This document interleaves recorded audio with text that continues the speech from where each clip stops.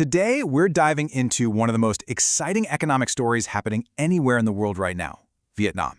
This is a country that's absolutely on the move. It's in the middle of this massive shift from just being a manufacturing hub to something way more ambitious. But what does that journey actually look like on the ground? Okay, so it really all kicks off with this one number. Get this, 6.9% GDP growth. And that's just for the first quarter of 2025. Think about it. In a world where most economies are hitting the brakes, that is a seriously strong signal. This isn't just some boring statistic on a page. That's the sound of an economic engine running red hot. But, and this is the big but, here's the real question. This is the one that's going to define the entire next chapter for Vietnam. Look, it's one thing to be great at building stuff, right? But it's a whole other ballgame to be the one inventing it. So how on earth does a country make that incredible leap from being the world's factory floor to becoming one of its top design labs? So to really get our heads around that ambition, we've got to look at where things stand right now. And that 6.9% growth we just talked about, that's no accident. It's not a fluke. It's built on a really broad, really solid foundation of economic strength. And if you look at the forecast for 2025, the picture is just incredibly balanced. Inside the country, you've got strong consumer spending and solid investment. That tells you there's a lot of confidence at home. But then you look outwards, and boom, exports are surging at over 13%. That proves Vietnam is a serious player on the global stage. It's just a super healthy economy, really firing on all cylinders. What's really cool is that this strength isn't just coming from one single thing. You've got this resilient domestic consumption, which is like the steady bedrock of the whole thing. Then you've got investment that's speeding up, both from the government and private companies, building out the future. And on top of that, you have those surging exports, plugging Vietnam right into the global economy. It's like all three are working together perfectly. But here's the thing. All this amazing economic success, it isn't the final destination. Not even close. It's actually the launch pad for something much, much bigger. A truly grand, long-term ambition. A high-tech future. And there it is, laid out plain and simple. By 2045, the goal is to become a high-income, high-tech nation. And what does that actually mean? It means a fundamental shift, moving the entire economy up the value chain. We're talking about going from just assembling electronics to actually designing the tiny semiconductors that power them. It's about going from just using AI to becoming a world leader in creating it. Now, this vision, it's not just wishful thinking. It's not just a dream on paper. It's being backed up by a whole wave of real, concrete policy actions. Just look at this timeline. You can see a laser focus on semiconductors, on making science, technology, and innovation, what they call STI, the main engine for growth, and, this is the crucial part, on developing the skilled, high-tech workforce you absolutely need to make any of this a reality. And that brings us to the core tension of this whole story. The ambition, it's crystal clear. The political will to get it done, it's there. But the modern global economy is just a brutal competition for talent. So the million-dollar question is Vietnam really ready to jump into that race and actually win? Okay, so this is where things get a little tricky. Because there's a huge hurdle standing between Vietnam's ambition and its reality.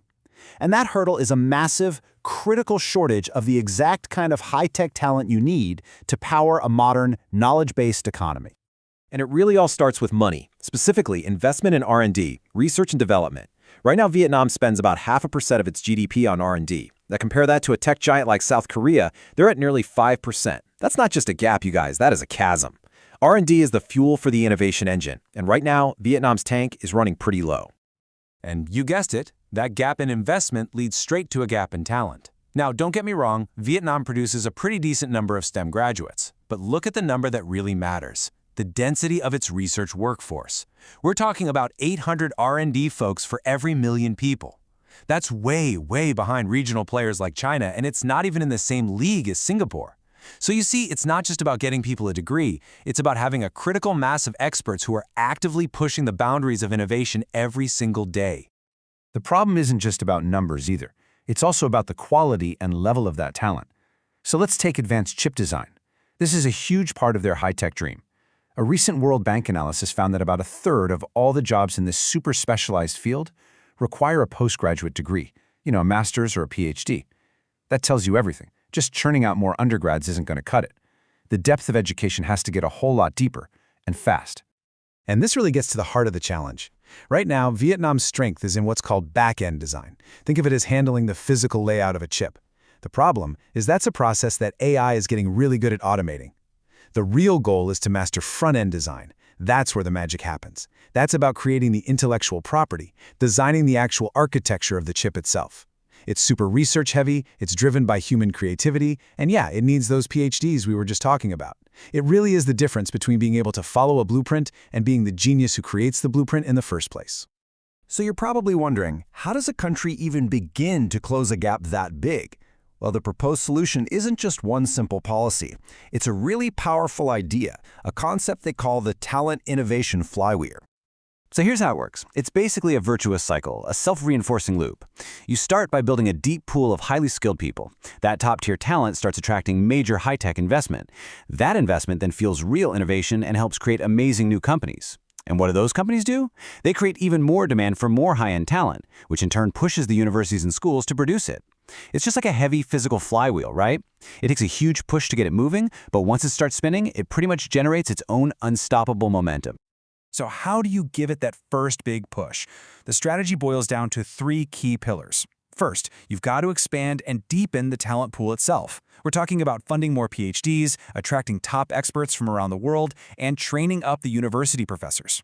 Second, you have to build the shared gear, the advanced labs, and what they call lab-to-fab facilities, where great ideas can actually become real prototypes. And third, and this is huge, you have to forge those critical links between universities, industry, and the government, getting them out of their separate silos so they can finally start innovating together. And really, when you boil it all down, it all comes back to this one central idea, which this quote from the report just nails perfectly. Talent is the decisive input across the technology stack. Think about that. More than factories, more than money, the most important resource for any high-tech economy is human ingenuity. That's it. That's the core of the whole strategy. So there you have it. The path forward is pretty much laid out. The diagnosis of the problem is clear, and the prescription has been written. But here's the reality check. The race for the future of tech is happening right now, and the competition is absolutely fierce. So the final, critical question isn't about the what, it's about the how fast. Can Vietnam get its talent innovation flywheel spinning fast enough to not just keep up, but to actually win? That's the challenge, and the answer will define its next giant leap.